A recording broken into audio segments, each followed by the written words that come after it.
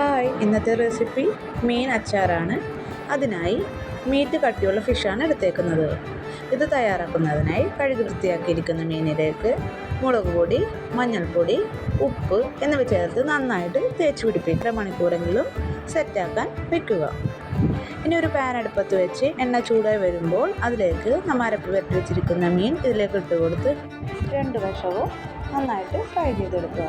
അതേ പാനിൽ തന്നെ കുറച്ചുകൂടി എണ്ണ ഒഴിച്ച് അതിലേക്ക് കടുക്, ഉലുവ, ചെറുതായിട്ട് കൊത്തിയരിഞ്ഞ ഇഞ്ചി, വെളുത്തുള്ളി, പച്ചമുളക്, കറിവേപ്പില എന്നിവയിട്ട് നന്നായിട്ടൊന്ന് സോട്ട് ചെയ്തതിന് ശേഷം അതിലേക്ക് മുളക് പൊടി, ഉലുവപ്പൊടി, കായപ്പൊടി, ആവശ്യത്തിന് ഉപ്പും കൂടി ചേർത്ത് നന്നായിട്ട് മൂപ്പിച്ചെടുക്കുക.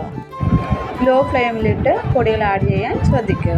ഇതിലേക്ക് കുറച്ച് വിനീഗർ കൂടി ആഡ് ചെയ്ത് മിക്സ് ചെയ്തതിന് ശേഷം നമ്മൾ ഫ്രൈ ചെയ്ത് വെച്ചിരിക്കുന്ന ഫിഷ് അതിലേക്കിട്ട് നന്നായിട്ട് യോജിപ്പിച്ചെടുത്താൽ നമ്മുടെ മീൻ അച്ചാർ റെഡി.